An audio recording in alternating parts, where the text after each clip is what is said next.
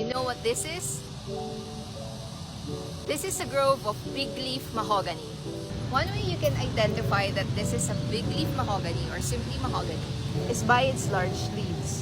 They are always even in number, 2, 4, 6, 8, 10, and connected by a central midrib. This one. Mahogany is a tree native to South America, but it has been widely cultivated here in the Philippines. Even the DNR uses it for its reforestation programs. But the thing with non-native trees is that they are not the right trees to plant for reforestation or forest regeneration. Mahogany is especially problematic because it is allelopathic. Allelopathy is the ability to suppress the growth of other species. You can clearly see that here. In this grove of mahogany trees, the forest floor is devoid of other growths. That's not ideal nor natural. You know the man-made forest in Bilar, Bohol? That's a grove of mahogany trees. And it's been called as the silent forest because you can barely hear any insects or bees in there. In a healthy ecosystem, there should be a diverse number of species coexisting. And a healthy ecosystem is what we need to address the ecological crises of pollution, biodiversity loss, and climate change. Not a monocrop of non-natives. For tree planting to become a nature-based solution, the right trees must be planted at the right time in the right place. And for forest regeneration, the right trees are always native trees. What's a Philippine native tree that could be an alternative to mahogany? Find out next! So follow for more Philippine wildlife facts and encounters. Mga pwedeng itanim instead of mahogany or exotic species, marami tayong Philippine native trees para dyan. Hello, ako si Celine. Ang goal ko ay i-promote at i-mainstream ang Philippine biodiversity at natural heritage. Bago ang lahat, gusto kong i-emphasize na meron tayong 3 considerations bago magtanim ng puno. Una, ano nga ba ang goal natin sa pagtatanim? Dito magdedepende ang mga puno na itatanim natin.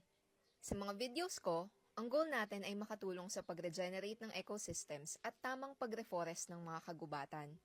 So meaning, ang mga puno na dapat natin itanim ay walang iba kundi mga katutubong kahoy o native trees. Pero wait, bago tayo magtanim para sa forest regeneration at reforestation, magandang practice na magkaroon ng species site matching. Ito ang second consideration. Ang species site matching ay way para mas makilala natin ang lugar na pagtataniman natin. I-survey muna natin ano ba yung mga existing na halaman na meron na doon. Good indication kasi yon kung ano yung tutubo. Kasama din dito yung pag-identify ng uri ng lupa, shape ng terrain, yung climate at weather patterns, kung dry or malamig or mainit ba, at nasa kapatagan ba or high elevation. Yung mga features kasi ng landscape ang magbibigay sa atin ng clue kung anong species ng mga puno at halaman ang maaari nating itanim. Sa gantong paraan, mas mataas ang chances na mag-survive ang mga itinanim natin. Third consideration, sa forest regeneration at reforestation at rehabilitation, mahalaga na hindi monocrop ang pagtatanim. Ang monocrop o monocropping ay ang pagtatanim ng isang uri lang ng halaman. Hindi ito ideal sa regeneration at reforestation kasi ginagawa nitong mas vulnerable yung mga itinanim sa diseases. At generally, hindi din ito healthy para sa lupa in the long run. Kaya kung para sa reforestation at regeneration, dapat gayahin natin ng isang gubat na diverse. Wala namang gubat na isang halaman lang ang makikita, di ba? So balik tayo sa katanungang ano nga bang mga alternatives sa mahogany at ibang exotic species? Abay, napakaraming Philippine native trees na pwede sa iba't ibang purpose. Merong mga easy-to-grow PNTs tulad ng bangkal at igyo, bee-friendly PNTs tulad ng rarang at lagundi. Meron ding bird-friendly PNTs gaya ng malabulak, fire-resistant PNTs tulad ng bagras. Meron ding para sa mga malalapit sa ilog o waterways tulad ng dao, at windbreaker trees tulad ng malabago. Meron tayong mga videos discussing these trees in details. Check nyo lang sa profile.